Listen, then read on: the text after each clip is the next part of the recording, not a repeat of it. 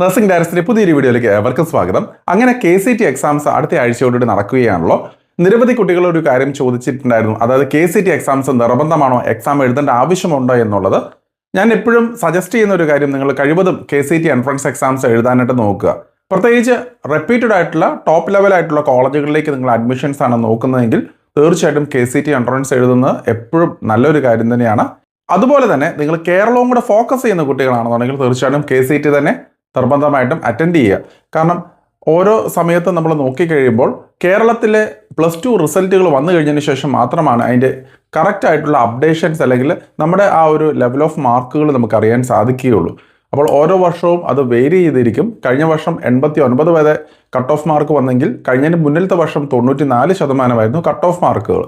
അപ്പോൾ ഈ ഒരു വർഷത്തെ എങ്ങനെയാണെന്നുള്ളത് നമുക്ക് നോക്കി കാണേണ്ടതായിട്ടുണ്ട്. അപ്പോൾ ഏറ്റവും അവസാനം വരെ നമ്മൾ നോക്കി നിന്നതിന് ശേഷം ഏകദേശം ഓഗസ്റ്റ് മാസം മാത്രമാണ് ഈ KCETയുടെ അലോട്ട്മെൻറ്റ് പ്രോസസ്സുകൾ നടക്കുക. അതുകൊണ്ട് തന്നെ ആ ഒരു സമയത്തിന് നമുക്ക് വെയിറ്റ് ചെയ്ത് നമുക്ക് കേരളത്തിലേക്ക് അഡ്മിഷൻസ് കിട്ടിയില്ല എന്നുണ്ടെങ്കിൽ പ്ലാൻ ബി ആയിട്ട് അല്ലെങ്കിൽ മറ്റൊരു ഓപ്ഷനായിട്ട് നമ്മൾ ഈ KCET എക്സാംസ് വഴിയുള്ള അലോട്ട്മെൻറ്റ് പ്രോസസ്സിൽ പങ്കെടുക്കാവുന്നതാണ്. ഈ ഒരു വർഷം വളരെ കുറച്ച് കുട്ടികൾ മാത്രമാണ് KCET എൻട്രൻസ് എക്സാംസ് എഴുതുവാനായിട്ട് പോകുന്നത്. അതുകൊണ്ട് തന്നെ ടോപ്പ് ലെവലായിട്ടുള്ള കോളേജുകളിലേക്ക് അഡ്മിഷൻസ് നേടുവാനുള്ള വലിയൊരു പോസിബിലിറ്റിയാണ് ഇവിടെ ഉണ്ടാകുന്നത്.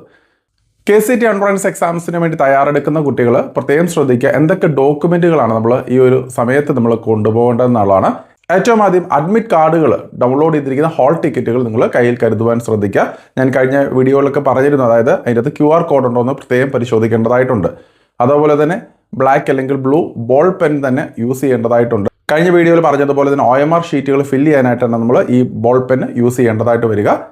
ഇത് കൂടാതെ തന്നെ നമുക്കൊരു ഫോട്ടോ ID ഉണ്ടായിരിക്കേണ്ടതാണ്. അതായത് Aadhaar card, passport, election ID ഇങ്ങനെ തുടങ്ങിയുള്ള ഏതെങ്കിലും ഒരു ഫോട്ടോ ID നിങ്ങൾ കയ്യിൽ കരുതുക. അപ്പോൾ നിങ്ങൾ എക്സാം സമയത്ത് നിങ്ങൾ ഹാളിലേക്ക് എൻ്റർ ചെയ്യുമ്പോൾ നിങ്ങളുടെ കയ്യിൽ കരുതേണ്ട കാര്യങ്ങളാണ് admit card, photo ID card, അതായത് ആധാർ കാർഡോ അങ്ങനെ ഏതെങ്കിലും ഒരു ID കാർഡ് ഉണ്ടായിരിക്കണം, കൂടാതെ ബോൾ പെൻ. ഈ 3 കാര്യങ്ങൾ മാത്രമേ നിങ്ങൾ എൻ്റർ ചെയ്യാനായിട്ട് സമ്മതിക്കുകയുള്ളൂ. അതുപോലെ നിരവധി കുട്ടികൾ ചോദിച്ച മറ്റൊരു കാര്യമാണ് ഡ്രസ് കോഡ് എങ്ങനെയായിരിക്കണം എന്നുള്ളത്. നീറ്റിൻ്റെ ഡ്രസ് കോഡ് ഫോളോ ചെയ്യുക എന്നുള്ളതാണ് ഞാൻ സജസ്റ്റ് ചെയ്യുന്നത്. സിമ്പിൾ ആയിട്ടുള്ള ഡ്രസ്സുകൾ കഴിവതും യൂസ് ചെയ്യുക. ടീഷർട്ട്, പ്ലെയിൻ ആയിട്ടുള്ള ടീഷർട്ടോ അല്ലെങ്കിൽ പ്ലെയിൻ പാൻറ്റുകളോ നിങ്ങൾക്ക് യൂസ് ചെയ്യാവുന്നതാണ്. കൂടുതൽ പോക്കറ്റ്സ് ഉള്ള ടൈപ്പ് ഓഫ് പാൻറ്റുകൾ, ഷർട്ടുകൾ ഉപയോഗിക്കാതിരിക്കുക. ഫുൾ സ്ലീവ് ഷർട്ടുകൾ കഴിവതും ഒഴിവാക്കുക. അതുപോലെ തന്നെ കയ്യിൽ ഓർണമെൻറ്റ്സോ വാച്ച് അങ്ങനെയുള്ള തുടങ്ങിയ സംഭവങ്ങളൊന്നും തന്നെ നമ്മുടെ കയ്യിൽ ഉണ്ടാവുകയില്ല. പെൺകുട്ടികളാണെന്നുണ്ടെന്നുണ്ടെങ്കിൽ നീണ്ട വരുന്ന കമ്മലുകൾ കാര്യങ്ങളൊക്കെ കഴിവതും ഒഴിവാക്കാനായിട്ട് ശ്രദ്ധിക്കുക. അപ്പോൾ വളരെ സിമ്പിൾ ആയിട്ടുള്ള രീതിയിൽ ഡ്രസ്സ് ചെയ്ത് പോവുക എന്നുള്ളതാണ് എനിക്ക് സജസ്റ്റ് ചെയ്യാനുള്ളത്. അതുപോലെ KCET എൻട്രൻസ് എക്സാംസ് എഴുതാൻ പോകുമ്പോൾ നിങ്ങൾ എന്തെങ്കിലും സംശയങ്ങളോ എന്തെങ്കിലും ബുദ്ധിമുട്ടുകളോ നേരിടുന്ന തീർച്ചയായും ഞങ്ങൾക്ക് കോൺടാക്ട് ചെയ്യാവുന്നതാണ്. അപ്പോൾ നിങ്ങളുടെ ബഡ്ജറ്റിനനുസരിച്ചുള്ള മികച്ച കോളേജുകളിലേക്ക് അഡ്മിഷൻസ് നേടുവാനുള്ള ഗൈഡൻസ് നമ്മൾ സപ്പോർട്ട് ചെയ്യുന്നുണ്ട്. കഴിഞ്ഞ വർഷങ്ങളൊക്കെ തന്നെ സെൻറ് ജോൺസ് മെഡിക്കൽ കോളേജ് ഉൾപ്പെടെയുള്ള ടോപ്പ് ലെവലായിട്ടുള്ള കോളേജുകളിലേക്കൊക്കെ തന്നെ KCET ത്രൂ നമ്മൾ KCET എൻട്രൻസ് അലോട്ട്മെൻറ്റ് വഴി നമ്മൾ ഗൈഡൻസിന് നൽകിയിരുന്നു. അപ്പോൾ തീർച്ചയായിട്ടും ഈ ഒരു വർഷവും അതിൻ്റെ ഗൈഡൻസ് ബാച്ചുകൾ നിലനിൽക്കുന്നുണ്ട്. അതുപോലെ തന്നെ KCET എൻട്രൻസ് അപ്ലൈ ചെയ്യാത്ത നിരവധി കുട്ടികളുണ്ട്. അങ്ങനെയുള്ള കുട്ടികളോട് എനിക്ക് പേഴ്സണലി സജസ്റ്റ് ചെയ്യാനുള്ളത്, നിങ്ങൾ എത്രയും വേഗം തന്നെ നല്ലൊരു കോളേജ് നോക്കിയിട്ട് നിങ്ങൾ മാനേജ്മെൻറ്റ് സീറ്റിലേക്ക് അഡ്മിഷൻസ് എടുക്കുക. KCET ഇല്ലാത്ത 20% വരുന്ന മാനേജ്മെൻറ്റ് സീറ്റിലേക്ക് നേരത്തെ തന്നെ അഡ്വാൻസ് ആയിട്ട് അഡ്മിഷൻ എടുക്കാൻ പോസിബിലിറ്റീസ് ഉണ്ട്.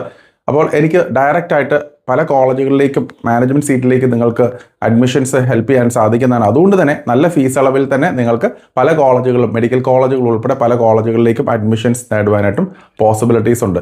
കാരണം KCETയുടെ എൻട്രൻസിനായിട്ട് നിരവധി കുട്ടികൾ ഈ പറയുന്ന ബാംഗ്ലൂർ അല്ലെങ്കിൽ മറ്റുള്ള ലൊക്കാലിറ്റിയിലേക്ക് വന്നേക്കാം. ആ ഒരു സമയത്ത് പല കോളേജുകളും വിസിറ്റ് ചെയ്ത് അവർക്ക് താല്പര്യമുള്ള കോളേജുകളിലൊക്കെ തന്നെ പെട്ടെന്ന് തന്നെ അഡ്മിഷൻസ് എടുക്കുകയും അങ്ങനെ സീറ്റുകൾ ഫില്ലാകാനുള്ള പോസിബിലിറ്റീസും കാണുന്നുണ്ട്.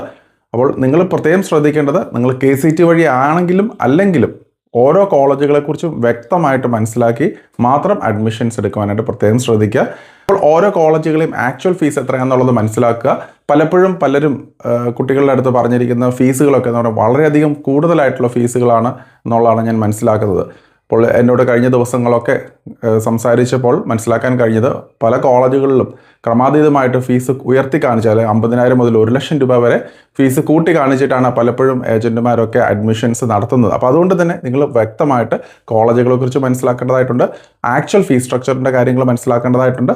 എന്നിട്ട് മാത്രം നിങ്ങൾ അഡ്മിഷൻസുമായിട്ട് മുന്നോട്ട് പോവുക. അപ്പോൾ അതിന് വേണ്ട എല്ലാ സപ്പോർട്ടുകളും നമ്മുടെ ത്രൂ നമ്മൾ ചെയ്ത് കൊടുക്കുന്നുണ്ട്. അപ്പോൾ മറ്റൊരു അപ്ഡേറ്റുമായി ഉടൻ തന്നെ കാണാം. നന്ദി.